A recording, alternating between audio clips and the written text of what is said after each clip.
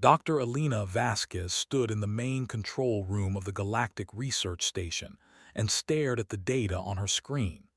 The numbers did not make any sense. She had been working on this project for 3 years now, and every day brought new questions without answers. The station floated in deep space, far from Earth. It was home to 50 human scientists and engineers. Their job was simple but important. They needed to find out why every alien species in the known galaxy was afraid of humans. Elena rubbed her tired eyes and looked at the holographic display again. The display showed a map of the galaxy with all the known alien civilizations marked on it. There were thousands of them. Some were old, with histories going back millions of years. Others were young, like humanity. But here was the strange thing. Every single one of these civilizations, from the ancient Korthani Empire to the young Belax Federation, kept their distance from Earth. They traded with humans. They talked to humans through carefully controlled channels, but they never came close. They never visited. And they never, ever invited humans to their worlds. Still working, a voice said from behind her. Elena turned to see her colleague, Dr. James Chen, walking toward her with 2 cups of coffee. He was a tall man with kind eyes and gray hair. He had been studying alien psychology for 20 years. "I cannot stop," Elena said, taking the coffee from him. "We are so close to something, I can feel it." James sat down beside her and looked at the data. "The Galactic Council sent another message today," he said. "They want to know when we will finish our research." Elena frowned. The Galactic Council was the governing body of the galaxy. It included representatives from over 500 species. Humans had been invited to join 10 years ago, but they were kept at arm's length. They could attend meetings, but they had no real power. They could vote, but their votes were often ignored. "What do they think we're going to find?" Elena asked. James shrugged. "They want us to discover that we are just like everyone else, that there is nothing special about humans, that their fear is baseless." "But that is not what the data shows," Elena said. "No," James agreed, "it is not." Elena pulled up a new file on her screen. It was a report from the Korthani, one of the oldest species in the galaxy. They had sent it to the research station 6 months ago. The report was about a war that happened 3 million years ago, long before humans existed. "Look at this," she said, pointing at a paragraph. "The Korthani write about something they call the Great Fear. They say that every species in the galaxy carries a memory of this fear. It is passed down from generation to generation, embedded in their culture and their legends." James read the paragraph and nodded slowly. "I have seen similar references in other reports. The Belax call it the Ancient Warning. The Zelori call it the First Terror. Every species has their own name for it." "And they all connect it to us," Elena said, "to humans." "But how is that possible?" James asked. "Humans have only been in space for 200 years. How can we be connected to something that happened millions of years ago?" Elena shook her head. "I do not know, but I am going to find out." The next morning, Elena called a meeting of all the scientists on the station. They gathered in the main conference room, a large space with windows that looked out at the stars. Elena stood at the front of the room with James beside her. "I want to thank you all for your hard work," Elena began. "We have spent 3 years studying this question. Why do the aliens fear us? And I believe we are finally ready to answer it." She pressed a button, and a holographic image appeared in the center of the room. It showed a timeline of the galaxy's history, stretching back billions of years.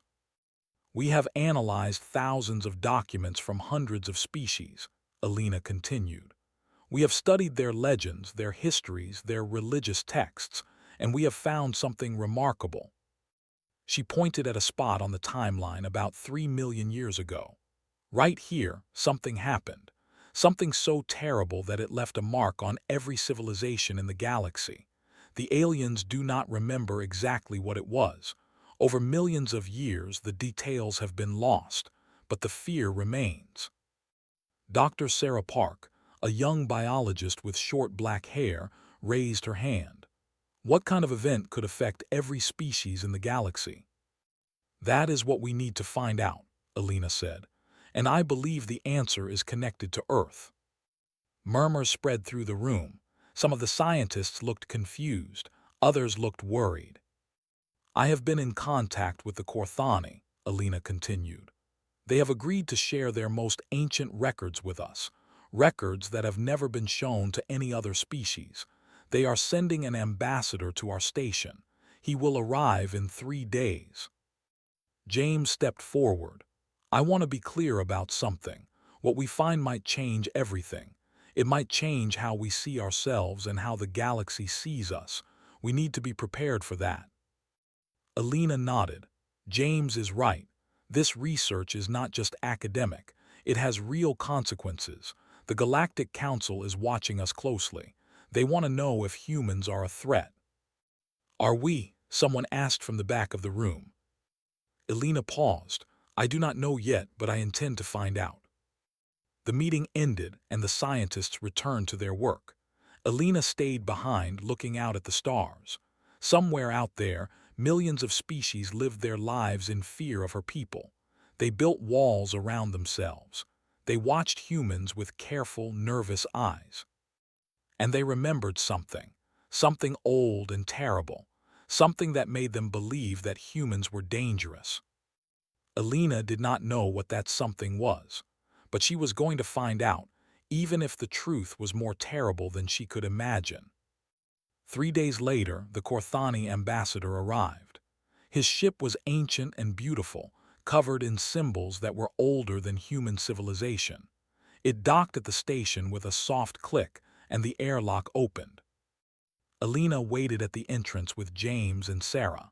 They wore their formal uniforms, blue suits with the Earth flag on the shoulder. They wanted to show respect to their guest. The Korthani ambassador stepped through the airlock. He was tall and thin, with gray skin and large golden eyes. His body was covered in a flowing robe of deep purple. He moved slowly, with great dignity. I am Ambassador Valorian, he said in a deep musical voice. I have come to help you understand. Alina bowed her head. Welcome to our station, Ambassador. We are honored by your visit. Valorian studied her with his golden eyes. There was something in his gaze that made Alina feel strange. It was not hostility. It was not fear. It was something deeper, something like sorrow. You seek answers, Valorian said. I will give them to you, but first you must understand something. The truth I carry is heavy. It has crushed civilizations. It has driven species to madness. Are you sure you want to know? Alina looked at James, then at Sarah. They both nodded. We are sure, Alina said. We need to know. Valorian was silent for a long moment. Then he nodded slowly. Very well, he said. Then let us begin. Ambassador Valorian sat in the main conference room, surrounded by Earth scientists. His golden eyes moved slowly from face to face, as if he was studying each person and weighing their worth. Finally, he began to speak. 3 million years ago, he said, the galaxy was different. There was no Galactic Council. There were no treaties or laws. There was only power and the species that held it. He waved his hand and a holographic image appeared in the air. It showed a star map, but it looked nothing like the current one. The colors were different. The territories were different.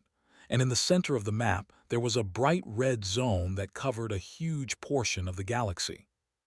This red zone, Valorian continued, was the territory of a species called the Dominari. They were the most powerful civilization the galaxy had ever seen. They had technology that made our current science look like children's toys. They could travel between stars in moments. They could destroy planets with a single weapon. They could reshape matter and energy with their thoughts. Alina leaned forward. I have never heard of the Dominari. No one speaks of them, Valorian said. Their name has been erased from most records. It is forbidden to mention them in many cultures, but the Korthani remember. We remember everything. He changed the holographic image. Now it showed a species that Alina had never seen before. They were tall and slender, with silver skin and 3 eyes arranged in a triangle on their faces. They had 4 arms and wore robes of shimmering light. The Dominari ruled the galaxy for over 1,000,000 years, Valorian said. They conquered every species they encountered. Some they enslaved, others they destroyed. A few, like the Korthani, they allowed to live as servants and record-keepers. That is terrible, Sarah said quietly. It was, Valorian agreed. But we survived. We learned to be useful, and we watched, we recorded, we remembered. He paused and looked directly at Alina. The Dominari had many enemies, but none could defeat them. They were too powerful, too advanced. They believed they were gods, and perhaps they were. But then something happened, something they did not expect. What? Alina asked. They discovered a small planet on the edge of their territory, Valorian said. A world of water and green land, circling a yellow sun. It was unremarkable in every way. But the Dominari found something there that interested them. The holographic image changed again. This time, Alina recognized what she was seeing. It was Earth, but not the Earth she knew. This was Earth from millions of years ago when dinosaurs still walked the land. They found intelligent life, Valorian continued. Primitive, yes, but intelligent. A species of small, warm-blooded creatures that lived in the shadows of the great reptiles. The Dominari were curious. They wanted to study these creatures, to understand them. James spoke up. Are you talking about our ancestors, early mammals? Yes, Valorian said. Your distant ancestors. The Dominari found them fascinating. They had never seen anything quite like them before, so they began a project. They took some of your ancestors from Earth and brought them to a special laboratory world. There, they began to experiment. Alina felt a chill run down her spine. Experiment. The Dominari wanted to understand what made your ancestors different, Valorian explained. They ran tests. They analyzed genetics. They modified and enhanced. They spent thousands of years working on their project. What were they trying to create? Alina asked. Valorian was silent for a long moment. When he spoke again, his voice was heavy with old sorrow. They were trying to create the perfect weapon, he said.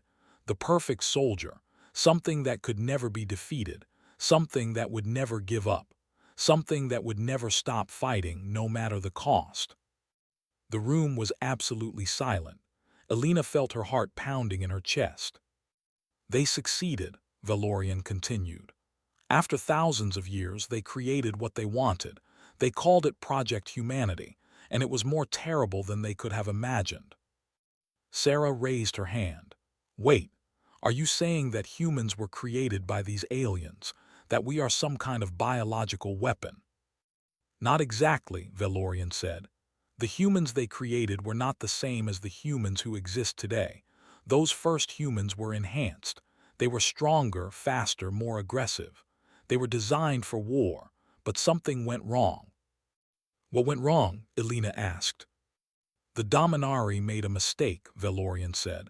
They believed that intelligence could be controlled, that creativity could be directed, that the drive to survive could be channeled. They were wrong.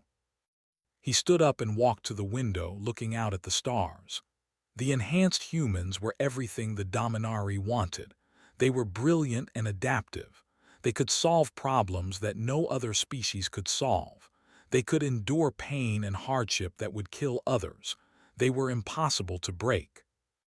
That sounds like what they wanted, James said. Yes, Valorian agreed. But they also gave these humans something else, something they did not intend. They gave them the ability to dream, to imagine, to hope, and most dangerously of all, they gave them the capacity for love. Alina frowned. Why would love be dangerous? Valorian turned to face her. Because love creates loyalty, and loyalty creates resistance. The enhanced humans did not want to be weapons. They wanted to be free. They wanted to protect each other, and they were willing to fight for that freedom. They rebelled, Elena said softly. They did more than rebel, Valorian said. They won. The room erupted in whispers. Scientists turned to each other, talking rapidly. Elena held up her hand for silence. How is that possible? She asked. You said the Dominari were the most powerful species in the galaxy. They were, Valorian said. But they had created something they could not control. The enhanced humans learned quickly, too quickly. They stole Dominari technology and improved it. They developed tactics that the Dominari could not predict. They fought with a ferocity that the Dominari had never encountered. But how did they defeat an empire that ruled the galaxy? James asked. Patience, Valorian said. I will explain everything. But first, you need to understand something important. The war between the humans and the Dominari lasted for 50,000 years. 50,000 years of constant fighting, of death and destruction, of horrors that I cannot describe. He sat back down, suddenly looking very old and tired. The enhanced humans did not win easily. They suffered terribly. Millions of them died, but they never stopped. They never surrendered. They never gave up. And in the end, they destroyed the Dominari completely. Completely? Elena asked. Every single one, Valorian said. Every ship, every station, every colony, every individual. The enhanced humans hunted them across the galaxy and eliminated them all. They even destroyed the Dominari homeworld. Nothing remains of that species today. Nothing except memories and records. Sarah looked pale. That is genocide. Yes, Valorian agreed. It was, and it is why every species in the galaxy fears humanity, because we all carry the memory of what your ancestors did. We remember the war. We remember the destruction. We remember the species that could not be stopped, could not be reasoned with, could not be defeated. Elena felt dizzy. But we are not those people. Modern humans have nothing to do with that war. We did not even know it happened. I know, Valorian said, and that is why I am here, to help you understand. The enhanced humans did not stay together after the war. They scattered across the galaxy. Some settled on distant worlds. Others returned to Earth. Over millions of years they changed. They forgot their origins. They became the humans you are today. So modern humans are descended from these enhanced humans? James asked. Some of them, Valorian said. The ones who returned to Earth mixed with the original population. The enhancements became diluted over time, but they never disappeared completely. They are still there, in your genes, in your nature. What kind of enhancements? Elena asked. Valorian smiled sadly. That is what you need to discover for yourselves, but I will tell you this. The things that make humanity dangerous are also the things that make humanity beautiful. Your creativity, your stubbornness, your refusal to accept limits, your capacity for love and hate in equal measure. These are not weaknesses, they are strengths. He stood up again. I have given you much to think about. There is more to tell, but it can wait until tomorrow. For now, rest. And try to understand that the galaxy does not fear you because you are evil. The galaxy fears you because you are powerful. And power, as the Dominari learned, cannot be controlled. He left the room, leaving the scientists in stunned silence. Elena looked at James, and she could see the same questions in his eyes that she felt in her heart. Were they really descended from weapons of war? Was humanity's entire nature shaped by ancient alien experiments? And what did this mean for their future? She did not have the answers, but she knew one thing for certain. Everything they thought they knew about humanity was about to change. Elena could not sleep that night. She lay in her bed and stared at the ceiling, thinking about everything Ambassador Valorian had told them. The idea that humans were created as weapons seemed impossible, and yet it explained so much. She thought about human history, the endless wars, the incredible violence, but also the art, the music, the literature. The way humans pushed themselves to do impossible things, the way they refused to give up even when all hope was lost. Are we really that different from other species? She whispered to herself. The next morning, Alina gathered the senior scientists for another meeting with Valorian. The ambassador seemed rested, although Alina could not tell if Korthani needed sleep the way humans did. Yesterday you told us about the war, Alina said, but I have more questions. What happened to the enhanced humans after they won? And why do you say that modern humans still carry their traits? Valorian nodded slowly. These are good questions. Let me show you something. He pulled out a small device and placed it on the table. A holographic image appeared, showing two figures side by side. One was an enhanced human from the ancient war. The other was a modern human. Look at the differences, Valorian said. The enhanced humans were larger, stronger. Their reflexes were faster. Their senses were sharper.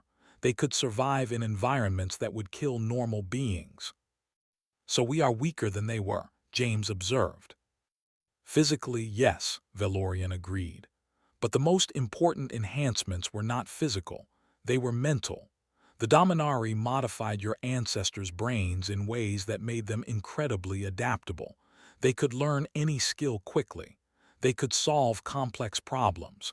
They could work together in ways that other species could not. Those traits do not seem to have faded, Sarah said. No, Valorian said. They have not. The physical enhancements weakened over millions of years because they were not needed. On Earth, your ancestors did not face the threats that required superhuman strength or speed. But the mental enhancements remained because they were always useful. He changed the holographic image to show a scan of a human brain. This is what makes the galaxy afraid, he said. Not your muscles or your weapons, your mind. Humans think in ways that other species cannot understand. You make connections that seem impossible. You dream of things that do not exist and then create them. Alina leaned forward. Can you give us an example? Of course, Valorian said. When humanity first made contact with the galaxy 10 years ago, the Galactic Council sent experts to study you. They expected to find a simple, young species. They found something very different. He pulled up a new display. In your first 5 years of galactic contact, human scientists published more original research than any other species had in a century. Your engineers reverse-engineered technologies that were supposed to be impossible to copy. Your artists created works that became popular across 100 worlds. Is that not a good thing? James asked. It is terrifying, Valorian said simply. Other species take thousands of years to make the advances that humans make in decades. You adapt too fast, you learn too quickly, and you never stop improving. Sarah raised her hand. But that still does not explain why they are afraid. Learning fast is not the same as being dangerous. Let me show you something else, Valorian said. He changed the image again. This time it showed a graph with data from hundreds of species. This is a study of conflict resolution, he explained. It measures how different species respond to threats. Most species follow a predictable pattern. When they face a superior enemy, they retreat or surrender. When they face a weaker enemy, they attack. This is logical. This is safe. He pointed at a line on the graph that was completely different from all the others. This is humanity. Look at how your species responds to threats. Alina studied the line. It made no sense. According to the data, humans often attacked enemies who were stronger than them. They refused to surrender even when defeat was certain. They kept fighting long after any logical species would have given up. This is madness, she said softly. From our perspective, yes, Valorian agreed. But from your perspective, it is something else. It is hope, stubbornness, the belief that there is always a way to win, even when all evidence says otherwise. And this is what defeated the Dominari, James said. Exactly. The Dominari expected your ancestors to behave like every other species they had conquered. They expected them to see their power and submit. Instead, The enhanced humans looked at the most powerful empire in the galaxy and decided to fight anyway. Valorian stood up and walked to the window. "I have studied your history," he said. "You have stories about this. Spartans holding a mountain pass against an army, villagers fighting against professional soldiers, explorers walking into the unknown with no guarantee of survival. These stories repeat again and again in your culture. They are not accidents. They are expressions of your nature. So the galaxy is afraid because we do not know when to quit," Alina said. "The galaxy is afraid because you have already proven what you can do," Valorian corrected.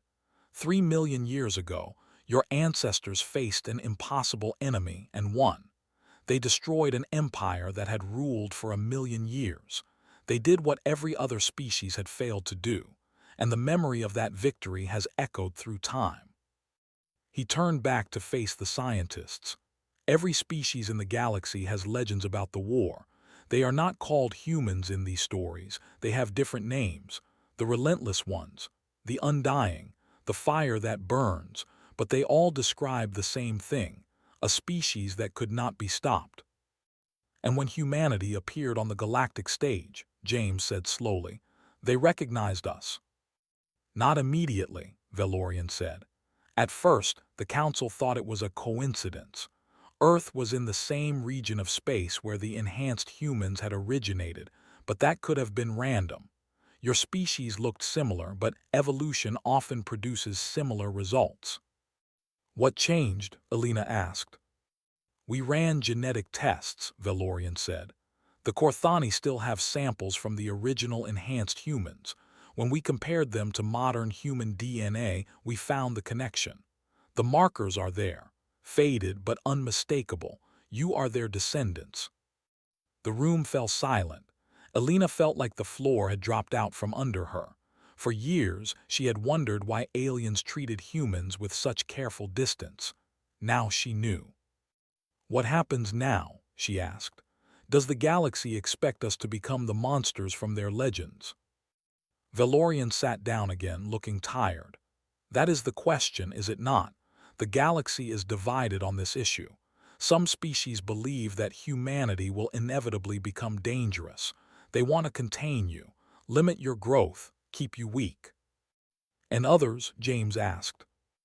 "Others, like the Corthani, believe that the enhanced human's violence was a response to the Dominari's cruelty. That if humanity is treated with respect, you will not become the warriors of legend." "That seems reasonable," Sarah said. "Perhaps, but there is a third group," Valorian said quietly. "They believe that humanity should be destroyed before you become a threat. These voices are still quiet, but they are growing louder." Alina felt a chill. "Are we in danger?" "You are always in danger," Valorian said. "That is why I came here. The Galactic Council is meeting soon. They will decide what to do about humanity, and they will base their decision on your research." "On our research?" Alina asked, surprised. "Yes, they want to know what you discover about yourselves. They want to see how humanity reacts when it learns the truth. Will you become angry? Will you become afraid? Will you seek revenge? Or will you prove that you have evolved beyond your violent origins?" Alina stood up slowly. "So this research project is a test?" "Everything is a test," Valorian said. "Every interaction between humans and other species, every treaty, every trade agreement, every conversation. The galaxy is watching you constantly, looking for signs that the old legends are true." "And what do you see, Ambassador?" Alina asked. "When you look at humanity, what do you see?" Valorian was silent for a long moment. Then he smiled, a strange expression on his alien face. "I see both," he said. "I see the potential for great destruction, but I also see the potential for great creation. Humanity is not simply the children of war. You are also the children of love and hope and creativity. The Dominari made you to be weapons, but you chose to be more." He stood up. "The question is not what you were made to be. The question is what you will choose to become. And that, Dr. Vasquez, is not something any alien can answer. It is something only humanity can decide. The weeks that followed Ambassador Valorian's revelations were the most intense of Alina's life. The research team worked day and night, analyzing the ancient records that Valorian had shared with them. They studied the genetic markers. They examined the psychological profiles. They mapped the traits that humans had inherited from their enhanced ancestors. And they made discoveries that changed everything they thought they knew about human nature. "Look at this," Sarah said one morning, pulling up a holographic display. "I have been comparing human brain chemistry to other species. There is something remarkable here." Alina walked over to her station. The display showed colorful patterns representing different types of neural activity. "This is the pattern for most intelligent species," Sarah explained, pointing at a steady, organized flow. "Their brains process information in predictable ways, logical, efficient, safe." Then she pointed at another pattern. This one was chaotic, with energy flowing in unexpected directions, making connections that seemed random. "This is a human brain," Sarah said. "Do you see the difference?" Alina nodded slowly. "It looks like chaos." "That is exactly what it is," Sarah said. "But it is creative chaos. Human brains make connections that no other species would think to make. We link ideas that have nothing to do with each other and create something new. That is where human innovation comes from." James joined them, looking at the display. "So the Dominari designed us to think differently." "They designed us to solve unsolvable problems," Sarah corrected. "They wanted soldiers who could win battles that were impossible to win. So they gave us brains that do not accept limits. We look at a problem and find solutions that no one else would imagine." "That explains our science and art," Alina said. "But what about the violence, the history of wars and conflicts?" Sarah nodded and changed the display. Now it showed a different set of patterns. "This is the part that worried me. Human brains also produce unusual levels of certain chemicals: adrenaline, dopamine, cortisol. These are the chemicals associated with aggression and excitement." "We are designed to enjoy conflict," James said quietly. "Not exactly," Sarah said. "We are designed to thrive under pressure. Other species experience stress as something to avoid. Humans experience stress as something to overcome. We actually perform better when things are difficult." Alina thought about this. It made sense. Humans climbed mountains and crossed oceans and flew into space. They did not do these things because they were easy. They did them because they were hard. "There is more," Sarah said. She pulled up another file. "I found something in the ancient records about human emotions. The Dominari modified our ancestors to feel things more intensely than other species." "Why would they do that?" Alina asked. "Because intense emotions create intense motivation," Sarah explained. "A soldier who fights for logical reasons will retreat when logic says retreat is the best option. But a soldier who fights because of love or hatred or hope will keep fighting long past the point of logic." "That is why the enhanced humans won the war," James realized. "They cared too much to surrender." "Yes," Sarah agreed. "And it is also why humans have created such beautiful art and music and literature. We feel deeply. We love deeply. We hate deeply. Everything we do is driven by emotion."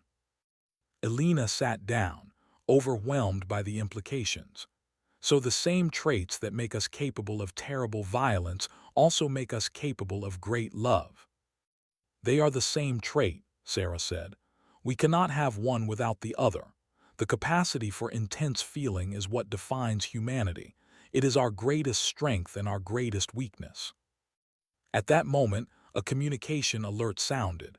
Alina looked at her screen and saw a message from the Galactic Council. It was marked urgent. She opened the message and read it quickly. Her face went pale. "What is it?" James asked. "The Council has called an emergency session," Alina said. "They are debating humanity's status in the galaxy. Ambassador Valorian was right. Some species are pushing to contain us, to limit our expansion and development. That is not fair, Sarah said angrily. We have not done anything wrong. They do not care about what we have done, Alina said. They care about what we might do. They are afraid of our potential. She stood up and walked to the communication console. I need to speak with Ambassador Valorian. A few minutes later, Valorian appeared on the screen. He looked troubled. I have seen the message, he said before Alina could speak. The situation is serious. The species who fear humanity have gained support. They are proposing restrictions. What kind of restrictions? Alina asked. Limiting human colonies to a small region of space, banning human access to advanced technology, placing monitors on all human communications. They want to keep you contained like prisoners. Alina felt anger rising in her chest. We are not prisoners. We have not committed any crime. No, Valorian agreed. But you carry the potential for crime. That is enough for many species. This is exactly what you warned us about, James said. They are treating us like threats before we have done anything threatening. Valorian nodded. The irony is not lost on me. They fear that you will become violent, so they take actions that might provoke violence. It is a self-fulfilling prophecy. Is there anything we can do? Alina asked. There is one option, Valorian said slowly. The Council has agreed to hear a presentation from your research team. They want to understand what you have discovered about humanity. This is your chance to shape their perception. When? Alina asked. 3 days from now. You will need to travel to the Council station. I can arrange transport. Alina looked at James and Sarah. They both nodded. We will do it, Alina said. We will make them understand. Valorian smiled sadly. I hope you can, Dr. Vasquez. The future of your species may depend on it. The screen went dark, and Alina turned to her colleagues. We have 3 days to prepare a presentation that will convince 500 species not to lock humanity in a cage. Any ideas? James rubbed his chin thoughtfully. We cannot deny what we are. They know about the genetic markers. They know about our potential for violence. If we try to pretend we are harmless, they will see through it. Then we tell them the truth, Sarah said. All of it.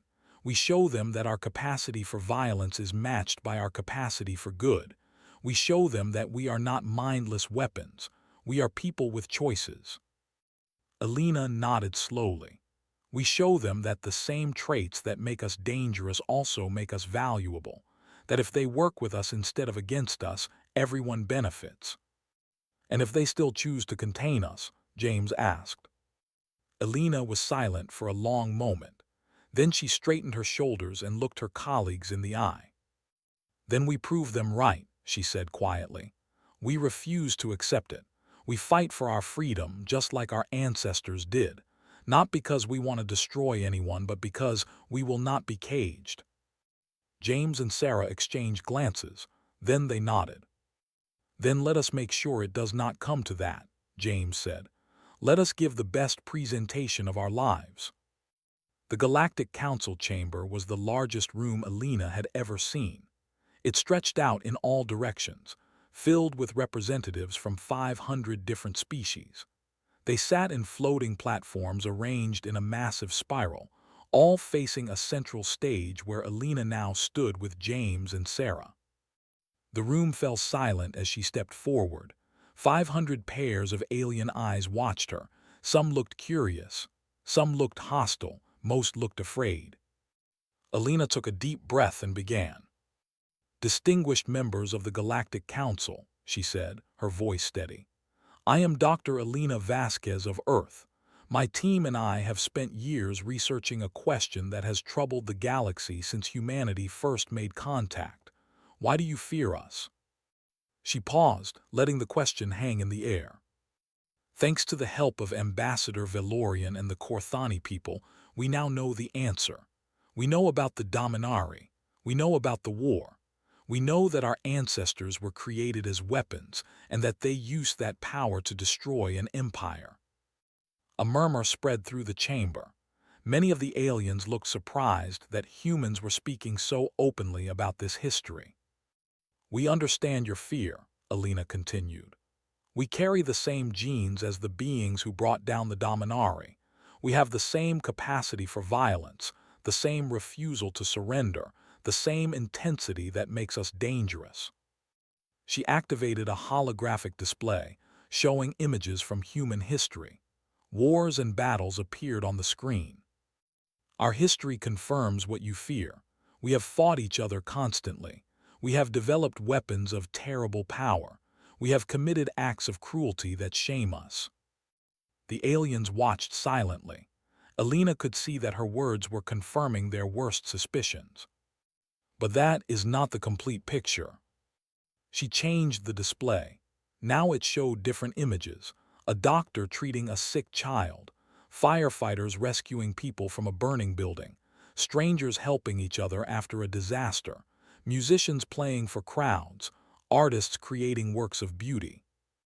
"The same traits that make us capable of destruction also make us capable of creation," Alina said. "The same stubbornness that drives us to fight impossible battles also drives us to cure impossible diseases. The same intensity that makes us dangerous in war makes us passionate in peace." She stepped closer to the audience, looking at individual faces. "You have studied us from a distance," she said. "You have observed our wars and our violence, but you have not seen the whole truth. You have not seen a human parent staying up all night with a sick child. You have not seen a human stranger jumping into a river to save someone they do not know. You have not seen humans building hospitals and schools in places destroyed by conflict." Sarah stepped forward and added her voice. "Our research shows that human emotions are more intense than those of any other species. We feel everything deeply. Yes, this means we can hate deeply, but it also means we can love deeply. We can forgive deeply. We can sacrifice ourselves for others without a moment's hesitation." James joined them. "The enhanced humans won against the Dominari because they refused to give up. They fought for 50,000 years because they believed in freedom. That same determination is still in us, but now we use it for different purposes. We use it to explore the universe, to push the boundaries of science, to create art that moves the soul." Alina took control again. "You are right to recognize our potential for destruction. We do not deny it, but we ask you to also recognize our potential for good. The choice of which potential we fulfill is not determined by our genes. It is determined by our choices, by our environment, by how we are treated." She looked directly at the representatives, who had been pushing for restrictions on humanity. "If you cage us, you will get exactly what you fear. Humans do not accept cages. We never have. Our history is full of revolutions against those who tried to control us. If you treat us as prisoners, we will fight. Not because we are evil, but because we cannot be anything else." Her voice softened. "But if you treat us as partners, you will get something different. You will get allies who will never abandon you, friends who will fight beside you against any threat, scientists who will solve problems you thought were unsolvable, artists who will create beauty you have never imagined." She paused, gathering her thoughts for the final part of her speech. 3 million years ago, the Dominari made a choice. They chose to create weapons. They chose to use us for destruction. They paid for that choice with their extinction. Today, you face a similar choice. You can treat humanity as a threat to be contained. You can push us away and hope we stay quiet. Or you can treat us as what we have always wanted to be: partners, equals, friends. She spread her hands open, a gesture of peace. "We do not ask you to forget the past. We do not ask you to ignore what we are capable of. We only ask you to give us a chance to prove who we choose to be."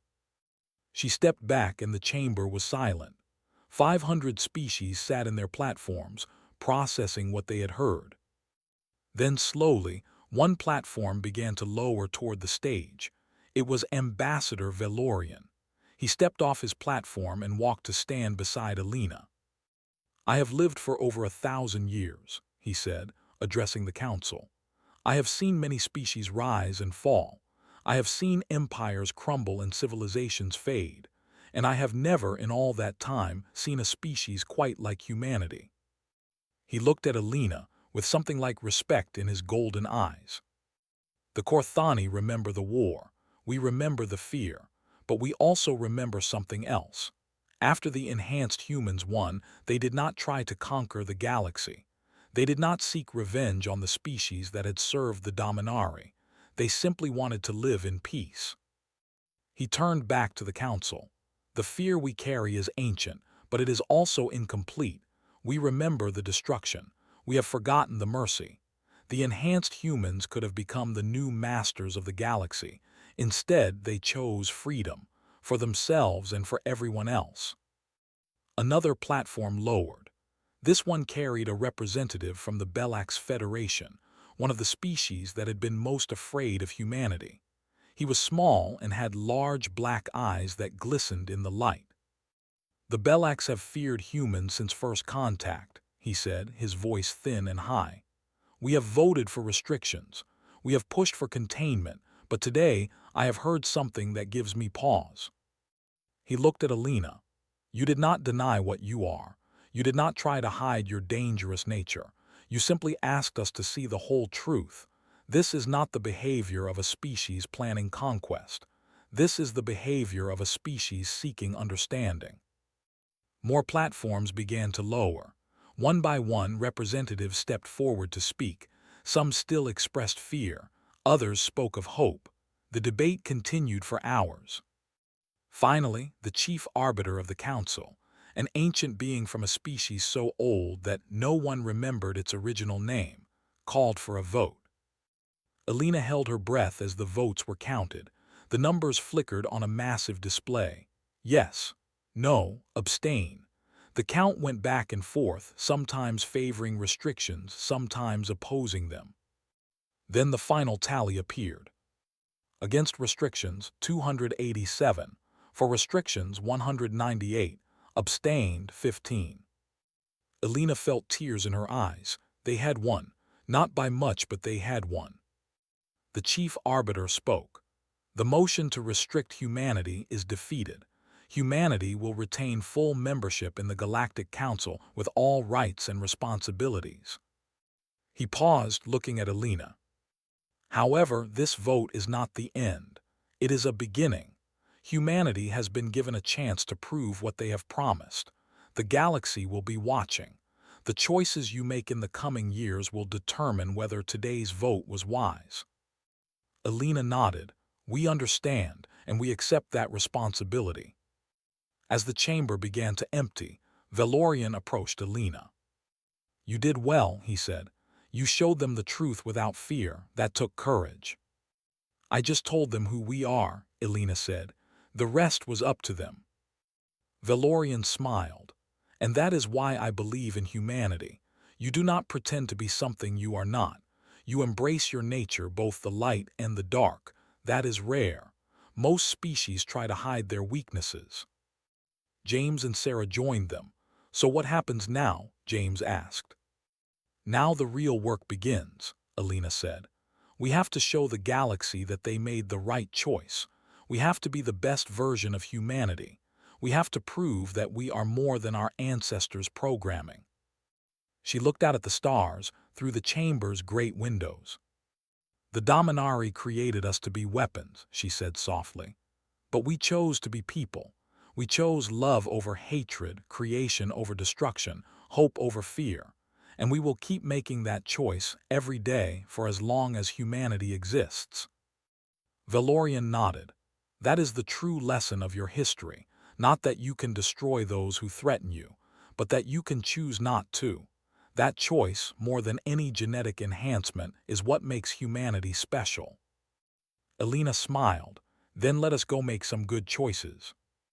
Together, the humans and their Korthani friend walked out of the council chamber and into a future that was suddenly full of possibilities. The galaxy still feared humanity. Perhaps it always would. But now, at least, it was willing to give them a chance. and humanity, as always, was determined to prove that they deserved it.